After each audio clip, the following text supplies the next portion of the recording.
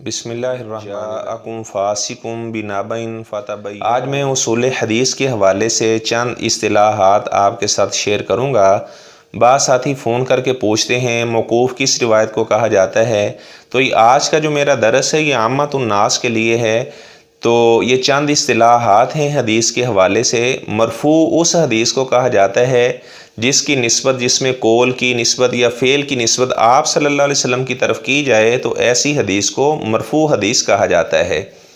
اگر کسی صحابی کا فتویٰ ہو تو اس کو موقوف روایت کہا جاتا ہے۔ اگر کوئی تابعی کسی بات کو بیان کرتا ہے تو تابعی کی بات کو مقطوع کہا جاتا ہے۔ جس طرح قال سعید بن المسیب، سعید بن المسیب رحمہ اللہ کی کوئی بات ہو، یا حسن بصری رحمہ اللہ کی، اویس کرنی رحمہ اللہ کی کوئی بات ہو تو اس کو مقطوع کہا جائے گا۔ اس طرح احادیث میں مشہور بھی ایک قسم ہے، اس طرح عزیز بھی ایک قسم ہے، غریب بھی ایک قسم ہے۔ یہ اخبار احاد کی قسمیں ہیں۔ ایک حدیث وہ ہوتی ہے جو متواتر ہے۔ بعض ایسی روایات ہیں جس کے الفاظ اور معنی تواتر سے منقول ہیں۔ متواتر روایت اسے کہا جاتا ہے جسے کثیر تعداد نے بیان کیا ہو، اتنے لوگ ہوں کہ ان تمام کا جھوٹ کے اوپر اتفاق کر لینا ناممکن ہو، ایسی روایت کو متواتر کہا جاتا ہے۔ تو اس طرح اس کے مقابلے میں خبر احاد ہے، اس کی پھر آگے مزید کچھ قسمیں ہیں۔ خبر مشہور اس حدیث کو کہا جاتا ہے جسے کم از کم 3 یا اس سے زیادہ راویوں نے بیان کیا ہو تو اس روایت کو مشہور کہتے ہیں۔ جو مشہور روایت ہے وہ صحیح بھی ہو سکتی ہے، حسن بھی ہو سکتی ہے، ضعیف بھی ہو سکتی ہے۔ ایسی عزیز اس روایت کو کہا جاتا ہے یعنی جس کی سند میں راویوں کے جو تعداد ہے کسی طبقے کے اندر وہ 2 سے کم نہ ہو، تو ایسی روایت کو خبر عزیز کہا جاتا ہے۔ یعنی سند کے تمام طبقات میں کسی طبقے میں راویوں کی تعداد 2 سے کم نہ ہو تو یہ خبر عزیز ہے۔ ایسے ہی خبر غریب اسے کہا جاتا ہے کسی طبقے کے اندر، یعنی طبقوں سے مراد ہے صحابہ کا طبقہ، تابعین کا، ایسے نیچے والے لوگوں کا طبقہ، کسی طبقے کے اندر ایک راوی اگر رہ جائے تو اس روایت کو پھر غریب کہا جاتا ہے۔ تو غریب کا یہ مطلب نہیں ہے کہ یہ ضعیف ہوتی ہے۔ بخاری شریف کی پہلی حدیث بھی غریب ہے، انما الاعمال بالنیات، یہ والی روایت، اور بخاری شریف کی آخری حدیث جو ہے کلمتان حبیبتان الی الرحمن، یہ بھی غریب روایت ہے۔ یعنی جو غریب روایت ہے اس کا یہ معنی نہیں کہ یہ ضعیف ہوتی ہے۔ غریب صحیح بھی ہو سکتی ہے، حسن بھی ہو سکتی ہے، اور ضعیف بھی ہو سکتی ہے۔ ایسے ہی صحیح کسے کہا جاتا ہے؟ صحیح اس روایت کو کہا جاتا ہے جس میں 5 شرطیں پائی جائیں، یعنی اس کا جو بیان کرنے والا راوی ہے وہ عادل ہو، ضابط ہو، اس کا حافظہ قوی ہو، اور سند کے اندر اتصال پایا جائے، اس میں انقطاع نہ ہو، اور وہ سند معلل اور شاذ نہ ہو، تو ایسی روایت کو صحیح کہا جاتا ہے جس میں یہ 5 شرطیں پائی جاتی ہیں۔ حسن کس روایت کو کہا جاتا ہے؟ حسن اس روایت کو کہا جاتا ہے جس میں راوی کا جو ضابطہ ہے خفیف ہوتا ہے، قلیل الضبط راوی ہوتا ہے، اس کا حافظہ قوی نہیں ہوتا، تو ایسی روایت کو حسن کہا جاتا ہے۔ ضعیف کس روایت کو کہا جاتا ہے؟ جس میں صحیح اور حسن کی کوئی شرط نہ پائی جائے تو ایسی روایت کو پھر ضعیف قرار دیا جاتا ہے۔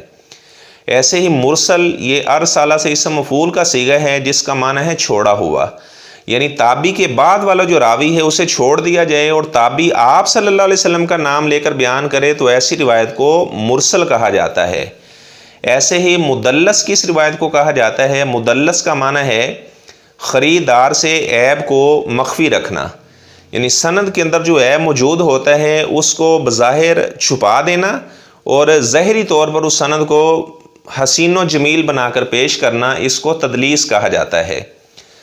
تو تدلیس کے اندر یہ راوی جس اپنے استاد سے بیان کرتا ہے اس سے اس نے سنا بھی ہوتا ہے، سماع بھی ہوتا ہے اور ملاقات بھی ہوتی ہے، لیکن جس بات کو وہ بیان کر رہا ہوتا ہے وہ بات نہیں اسے سنی ہوتی۔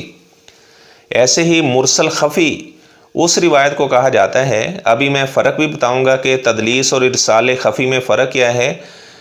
مرسل خفی اس روایت کو کہا جاتا ہے جس میں راوی اس آدمی سے بیان کرے جس کا وہ ہم عصر ہے، لیکن نہ تو اس سے ملاقات ہے اور نہ ہی اس سے سماع ہے، صرف ہم عصر ہے، اس کا ہم زمانہ ہے، لیکن نہ تو اس سے ملاقات کا شرف ہے اور نہ ہی اس سے سماع کیا ہے۔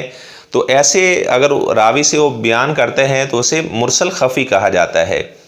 اب ارسال کے اندر اور تدلیس میں فرق کیا ہے یعنی تدلیس کے اندر جو مدلس راوی ہوتا ہے وہ اس استاد سے سن چکا ہوتا ہے اور اس سے پڑھ چکا ہوتا ہے، سماع بھی ہوتا ہے، ملاقات بھی ہوتی ہے، لیکن جس بات کو بیان کر رہا ہوتا ہے وہ بات نہیں سنی ہوتی اس سے اور نہ اسے پڑھی ہوتی ہے۔ تو اس طرح جو مرسل خفی ہے، ارسال ہے، اس کے اندر یعنی صرف ہم اثر ہوتا ہے، نہ تو ملاقات ثابت ہوتی ہے اور نہ ہی اس سے سماع ثابت ہوتا ہے، اور اس سے کسی بات کو روایت کرنا اسے مرسل خفی کہا جاتا ہے، اور یہ یعنی تدلیس اور ارسال خفی میں فرق ہے۔ ایسے ہی شاذ کسے کہا جاتا ہے؟ اگر مقبول راوی وہ اپنے سے ثقہ کی مخالفت کرتا ہے تو جو مقبول راوی ہے اس کی بیان کردہ روایت کو شاذ کہا جاتا ہے۔ اس روایت کو کہا جاتا ہے جس میں اوثق راوی وہ ثقہ راوی کی مخالفت کرے، اوثق راوی کی جو روایت ہے اس کو محفوظ کہا جائے گا، اور جو ثقہ راوی ہے اس کے جو الفاظ ہوں گے اسے شاذ کہا جائے گا۔ یعنی جس میں ثقہ اوثق کی مخالفت کرے تو وہ شاذ ہے، اگر اوثق ثقہ کی مخالفت کرے تو اس کی روایت جو ہے اوثق کی جو روایت ہے اس کو محفوظ کہا جاتا ہے۔ ایسے ہی معروف اور منکر، معروف اس روایت کو کہا جاتا ہے جس میں ثقہ ضعیف کی مخالفت کرے تو ثقہ کی جو بات ہے یہ معروف ہے، اگر ضعیف ثقہ کی مخالفت کرتا ہے تو اس کی روایت کو منکر کا نام دیا جاتا ہے۔ ایسے ہی مقلوب کسے کہا جاتا ہے؟ مقلوب کا معنی ہے کہ سند میں یا متن میں راوی تقدیم و تاخیر کر دے تو ایسی روایت کو مقلوب کہا جاتا ہے۔ اس کی دو قسمیں ہیں، بعض اوقات تو سند میں قلب ہوتا ہے اور بعض اوقات متن میں قلب واقع ہوتا ہے۔ موضوع کس روایت کو کہا جاتا ہے؟ ایسی روایت یعنی آپ صلی اللہ علیہ وسلم کے اوپر کوئی راوی جھوٹ بول دیتا ہے تو ایسی روایت کو پھر موضوع روایت قرار دیا جاتا ہے، وضع کی ہوئی، گڑی ہوئی۔ ایسے ہی موزل، یہ بھی اسم مفعول کا صیغہ ہے آزالہ سے، جس حدیث کی سند سے دو راوی یا اس سے زیادہ راوی پے در پے گر گئے ہوں تو ایسی روایت کو موزل کہا جاتا ہے۔ معلق کس روایت کو کہا جاتا ہے؟ جس روایت کے سند کے شروع سے ایک یا ایک سے زیادہ راوی مسلسل حذف ہو گئے ہوں تو اس کو معلق کا نام دیا جاتا ہے۔ ایسے ہی منقطع کسے کہا جاتا ہے؟ یہ اسم فاعل کا صیغہ ہے، اس کا معنی ہے ٹوٹنا، انقطاع ہونا، یعنی جس کی سند متصل نہ ہو اس کو منقطع کہا جاتا ہے، چاہے یہ انقطاع شروع میں پایا جا رہا ہے، درمیان میں، آخر میں، کسی جگہ بھی انقطاع پایا جائے تو اس روایت کو منقطع کہا جاتا ہے۔ ایسے ہی ایک سند کی قسم عالی ہوتی ہے اور ایک سند نازل ہوتی ہے۔